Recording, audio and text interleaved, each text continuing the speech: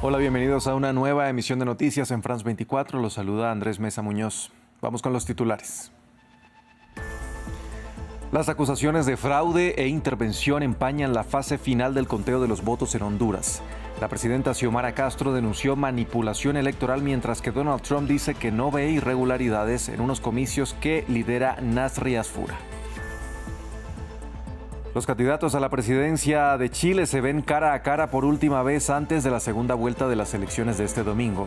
La izquierdista Janet Jara y el ultraderechista José Antonio Kast discuten sobre economía, seguridad y reformas sociales. El presidente de Ucrania dice estar abierto a celebrar elecciones presidenciales. Volodymyr Zelensky, cuyo mandato expiró el año pasado, asegura que este proceso podría darse en 3 meses si Estados Unidos y sus aliados pueden garantizar la seguridad en los comicios.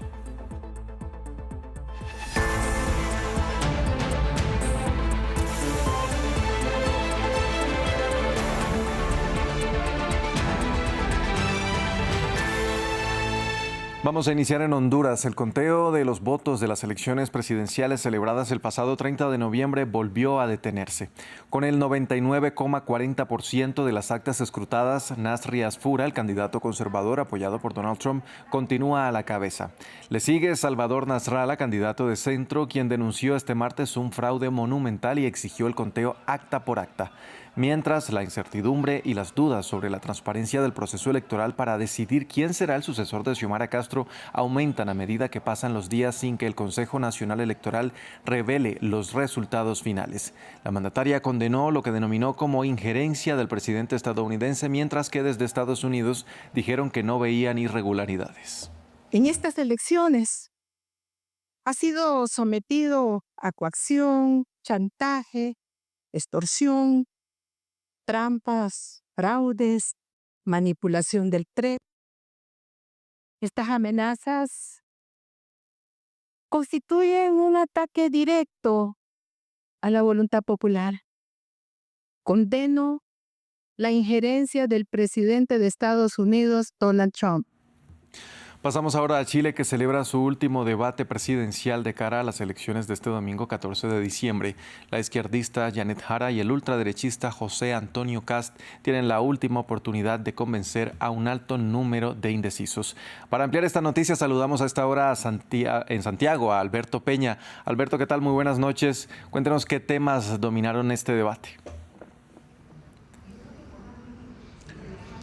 Sí, este último debate presidencial a 5 días para la celebración de la segunda vuelta de las elecciones presidenciales en Chile ha vuelto a convertirse en un duro cara a cara entre ambos candidatos, tanto la candidata oficialista, la comunista Janet Jara, como el candidato opositor, el ultraderechista José Antonio Kast, han vuelto a enzarzarse en discusiones, intervenciones constantes el uno del otro, pero es un formato que han establecido para que la dinámica fuera algo más viva.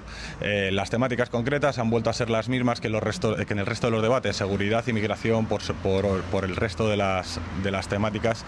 Y con respecto a estas dos, en seguridad, José Antonio Kast ha vuelto a insistir en mano dura contra los delincuentes y ha indicado que todo aquel que cometa un delito en Chile será juzgado en Chile y cumplirá la condena en el país. Y en el caso de ser migrante, posteriormente a cumplir esa condena, será expulsado del país. En el caso de Jara, la novedad ha sido que ella ha aceptado que si llega a la presidencia y se le es solicitado decretar un estado de emergencia para que las Fuerzas Armadas tomen el control del orden público, ella aceptará esta condición. En cuanto a migración, la temática ha sido la propuesta de campaña de José Antonio Kast, que viene coleando durante toda la campaña presidencial, de expulsar a los más de 300.000 inmigrantes en situación irregular en Chile. El debate ha sido cómo. No ha quedado muy claro de nuevo por parte del candidato cómo llevar a cabo esta propuesta, y Jara ha insistido en que debe explicar cómo va a hacer esta situación. Alberto, el tema de Venezuela también tuvo protagonismo. Cuéntenos qué dijeron los candidatos. Sí, Venezuela ha tomado parte de este debate y del anterior también. En este caso ha sido sobre la figura del presidente Nicolás Maduro y sus acciones al frente del gobierno de Venezuela durante tantos años. En lo que ambos candidatos han coincidido es en que Maduro debe de ser presentado ante la justicia y responder durante las acciones que ha realizado estando al frente de Venezuela. En lo que ambos candidatos difieren es en el cómo. Bien, Jara lo que ha propuesto es que Maduro debe abandonar el poder a través de un procedimiento en el que el pueblo venezolano sea partícipe y tome la decisión para que luego Maduro afronte las consecuencias judiciales. En el caso de José Antonio Kast, él ha dicho que si llega a la presidencia de Chile, endurecerá muchísimo más el tono de lo que actualmente hace el actual mandatario Gabriel Boric en los foros internacionales para presionar por la salida de Maduro. Mira, Alberto Peña, corresponsal de France 24 en Santiago, gracias por este reporte ahí desde la capital chilena. Pasamos ahora a Ucrania. El presidente Volodymyr Zelensky dijo estar listo para celebrar elecciones presidenciales aún en medio de la guerra rusa que este 2026 cumplirá 4 años. Zelensky, cuyo mandato expiró el año pasado, ha sido criticado por Estados Unidos por no llevar a cabo estos comicios. Con su anuncio pidió también garantías de seguridad a Washington y otros aliados para poder desarrollar este proceso. Vamos a analizar este tema y por ello saludamos a esta hora a Arturo Ponce Urquiza. Él es doctor en Geopolítica y Relaciones Internacionales y académico de la Facultad de Estudios Superiores Aragón de la Universidad Nacional Autónoma de México. Bienvenido a France 24. ¿Qué tal? Muy buenas noches. Muy amable. Arturo, ¿cómo interpretar el anuncio de Zelensky a celebrar elecciones justo ahora cuando está en revisión un proceso de paz para poner fin a la guerra? Precisamente, el proceso de paz requiere esta condición y Zelensky está midiendo los tiempos políticos que se están gestando no solamente en su país, sino también con la propia presidencia de los Estados Unidos y las condiciones que no tiene muy claras Europa acerca de cuál es la posición que va teniendo, sobre todo con los aliados de la OTAN. Y es que Donald Trump ha venido presionando precisamente a la OTAN de que por un lado tiene que incrementar sus presupuestos para poder poco a poco salirse de Estados Unidos de ese control económico que tiene de la OTAN y centrarse en temas que le son más prioritarios como es el continente americano y la propia República Popular de China. Y en ese sentido, Ucrania sigue siendo un tema muy sensible para la presidencia estadounidense y por ende necesita que esto termine lo más rápido posible. Y en ello un factor de inestabilidad desde la perspectiva estadounidense, pero también desde la perspectiva de Moscú, es el propio Zelensky, es decir, buscar si la legitimidad se lo permite volver a mantenerse en el puesto como presidente o que llegase otra persona a ocupar la máxima magistratura en Ucrania y con ello darle un paso, digamos, distinto a las negociaciones que se pudieran estar gestando alrededor de pacificar esta parte de Europa. El asunto es la cuestión territorial, aquí es esa parte. Y la otra que también no se habla mucho es en qué condición queda la seguridad europea si hay un arreglo de paz tal como pide los Estados Unidos y al cual han accedido, según los voceros al respecto, la propia posición rusa. Entonces, en ese sentido, hay que ir viendo lo que está pasando en este escenario y vaya la condición con quien lo dice con la primera ministra Meloni, que ha sido una férrea aliada de Ucrania frente a veces una dubitativa posición tanto de Gran Bretaña como también de Francia en la situación que está prevaleciendo en esta región. Ahora, ¿cuáles podrían ser estas condiciones mínimas que deben considerarse para poder llevar a cabo estas elecciones y además cuáles son las implicaciones de celebrar un proceso en un territorio atacado? Precisamente lo dices muy bien. La condición es que están en una condición de guerra, más allá de que si están en guerra o en conflicto para muchos. Esto es un elemento muy importante. ¿Cómo celebrar unas elecciones seguras? No habría ataques por parte del ejército ruso. En las zonas ocupadas es cómo se llevarían a cabo tales votaciones. ¿Quién tendría el resguardo de dicho proceso electoral? ¿Cómo sería influenciado precisamente incluso por acciones desde el ciberespacio para modificar las elecciones en torno a la presidencia ucraniana. Y vaya que si algo ahorita está presente en el ánimo de estas elecciones, vamos a ponerlo de esa manera, sería la condición precisamente de una posible injerencia cibernética por parte de activos rusos, de la inteligencia rusa, sobre las preferencias, en este caso, hacia la presidencia ucraniana, en la cual obviamente Zelensky no sería el candidato que precisamente apoyaran los rusos. Y el otro elemento, la Unión Europea estaría en condición de avalar dicha condición. Volvemos a un punto que es un galimatías muy complejo a razón de lo que ha venido sucediendo. Es una guerra empantanada literalmente, en donde no hay realmente una condición de quién es el ganador en esta. Y los grandes ganadores en ese sentido son las empresas militares que están suministrando todos los insumos que requiera Zelensky, pero también hay que ir viendo en qué posición quedaría una Ucrania en donde un candidato sea favorable a los intereses de Moscú. ¿Esto le conviene a la OTAN? ¿Esto le conviene a la Unión Europea? Yo creo que no necesariamente. Para los intereses de la seguridad regional europea es prioritario que Ucrania siga mirando hacia Europa y sea un dique, una zona tapón especial para los intereses europeos, y que por el otro lado no necesariamente es favorable a los intereses globales que tiene en este momento Estados Unidos. Minera Arturo Ponce Urquiza, doctor en Geopolítica y Relaciones Internacionales, gracias por acompañarnos aquí en France 24. Al contrario, que tengan una buena noche.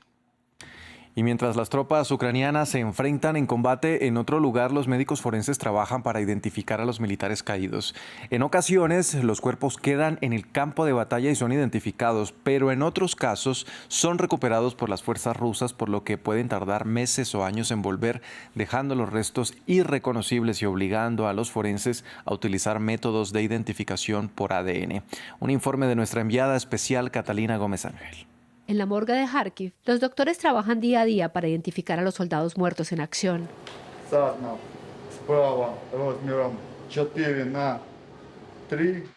El doctor Kosciuszko examina el cuerpo de un hombre traído del frente.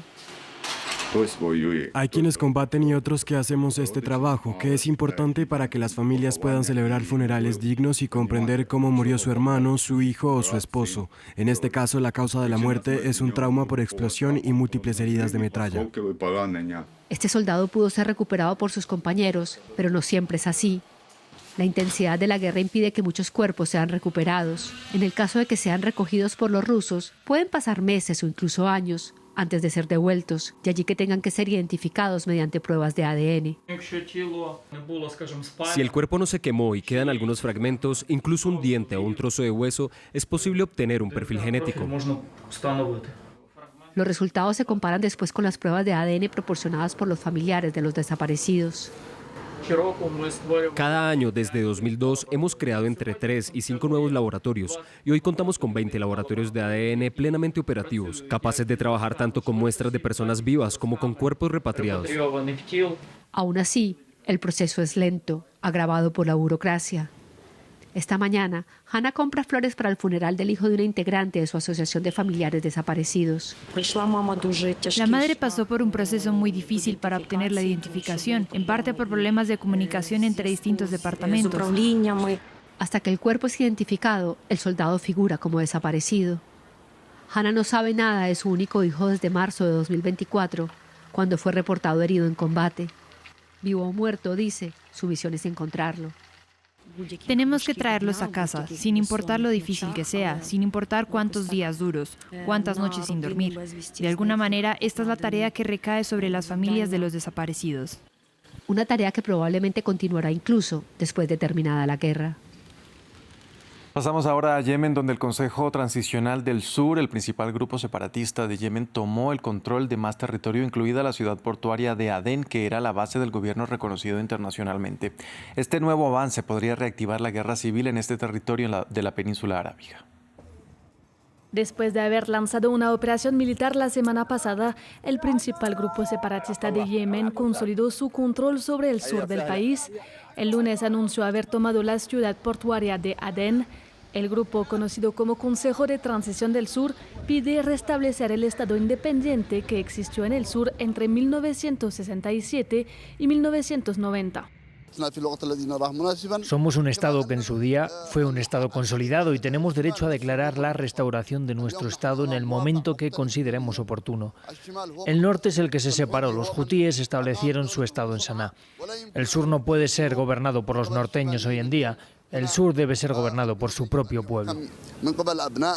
Desde 2015, Yemen está hundida en una guerra civil que opone al grupo rebelde Hutí, apoyado por Irán, al gobierno central apoyado por Arabia Saudita.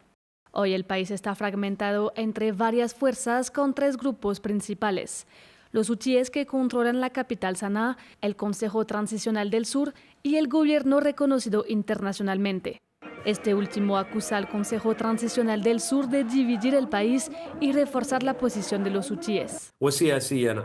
Este punto favorece a los hutíes, al menos políticamente y en términos de apoyo popular, debido a esta contradicción y a las posiciones que están adoptando en el sur.